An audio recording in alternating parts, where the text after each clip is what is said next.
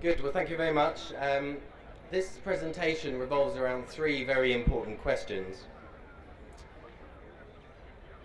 Do local foods have the nutritional content to potentially provide a nutritious diet in countries, particularly in Africa and in Asia, where nutrition is such a problem? And do the nutritional content, what is the nutritional content of those of poor families' diets at present, and what are the nutrient gaps? And how much does it cost for families to actually afford a nutritious diet? And this has been touched on in some of the other presentations this week as a significant gap, and Save the Children has been involved in developing a tool to help answer that. More of that in a moment. Some of the context.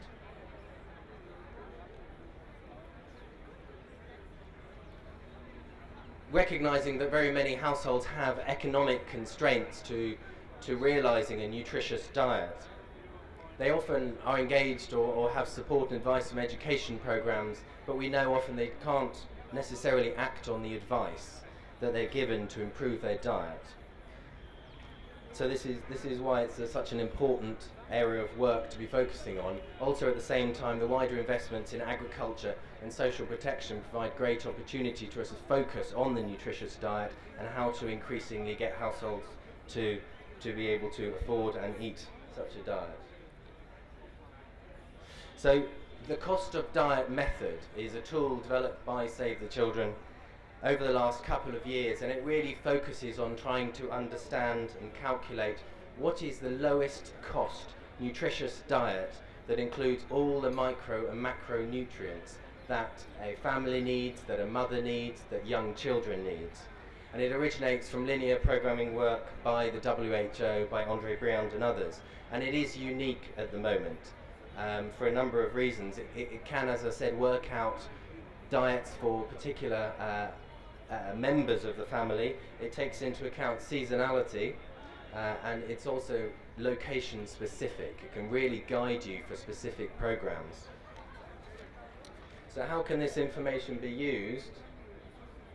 Well, in three main ways. It can really inform nutrition programs, nutrition education programs to focus on alternative types of food. It can strengthen food security programs. It can help agricultural programs focus on the right types of crops that might be diversified in a particular area. It can also help you work out how much of a cash transfer would be appropriate as part of social transfer programs. It also helps very significantly within policy processes at a wider level, and it's a very important piece of information within early warning food security nutrition information systems. The cost of a nutritious diet. As food prices change, how much does that go beyond the reach of families? So we've actually applied the cost of the diet in 12 countries in Africa and Asia, and as you can see, WFP through 2010 have picked up the method and have applied it quite extensively in a number of countries, and we're looking to build on that, and we would very much like other partners to use this tool because it is incredibly helpful. Just working to an example to bring this home a little bit. So we recently carried out a cost of diet analysis in Kabinda district in the Democratic Republic of Congo, somewhere where there isn't a lot of information on nutrition, to understand the high rates of undernutrition. And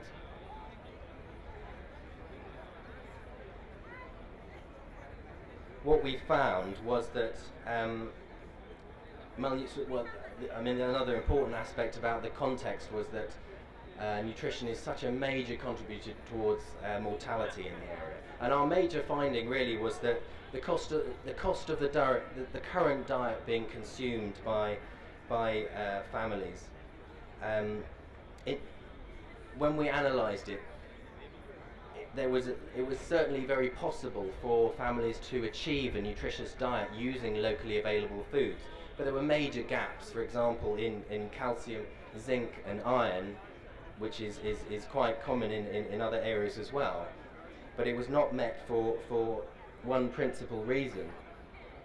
And if we start to look at some of the economics of the situation, the total annual income, and this was gathered from household economy data for families, was 300,000 Congolese francs, whereas for 2/3 of the population, for the poor and very poor families, their annual income is only between 55 and 75,000.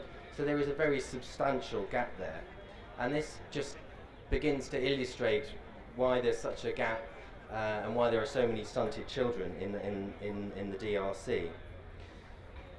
A nutritious diet, as you can see, is 4 times higher than an energy only, a diet that meets energy only.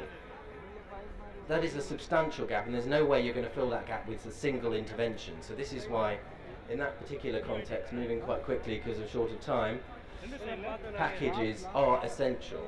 And in this instance, we're talking about supplements, we're talking about cash transfers, and we're talking about food-based solutions through diversified crop production. So in future, moving to my final